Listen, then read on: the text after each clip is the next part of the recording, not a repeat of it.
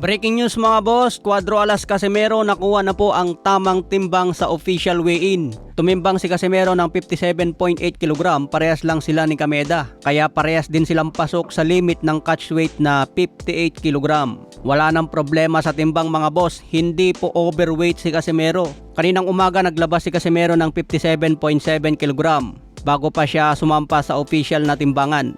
Makalipas ang isang oras hanggang sa final weigh-in, tumaas ng timbang si Casimero ng 0.1 kg lang. Kaya 57.8 kg, okay na ito mga boss, at least hindi siya overweight. Pero marami pa rin ang nambabash kay Casimero at sinasabing baka mawalan ito ng stamina.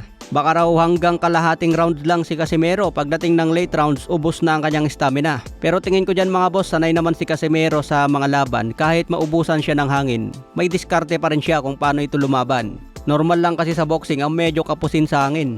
Ang importante, kaya mong tapusin ang laban hanggang dulo. Matatanda ng laban ni Casimero kay ni Timboa Piloypus. Umabot din sila hanggang 12 rounds. Nakayanan naman ni Casimero ang 12 rounds noon. Pero ang timbang ni Casimero noon, 122 pounds. Ibang-iba na dito sa timbang niya ngayon, mas mabigat dahil super featherweight na ito.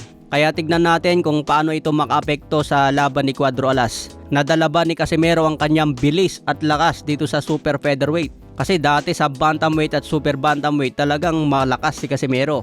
Kaya abangan natin bukas mga boss ang kanyang performance dito sa super featherweight. Sana nga matapos ito sa knockout mga boss para pare-parehas tayong papaldo. Wag lang tatakbo itong si Kameda dahil medyo tatagal talaga ang laban kung tatakbo ito. Bukas naman ang weigh-in ni Kenneth Lober, October 25. 2 araw kasi yung palabas na yan mga boss. October 25 ang laban ni Casimero, October 26 naman ang laban ni Kenneth Lober. At may laban din dyan si Luis Nery.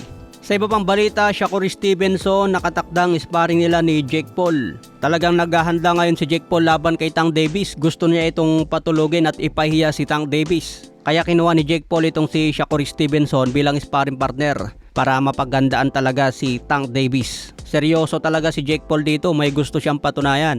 Cruiserweight ang timbang niya, samantala si Tank Davis 135 pounds. Napakalayo po ng timbang ng dalawa. Pero exhibition fight lang ito kaya lahat pwedeng mangyari. $40 million ang inoffer kay Tank Davis kaya naman pumayag na lang siya na lumaban sa isang cruiserweight.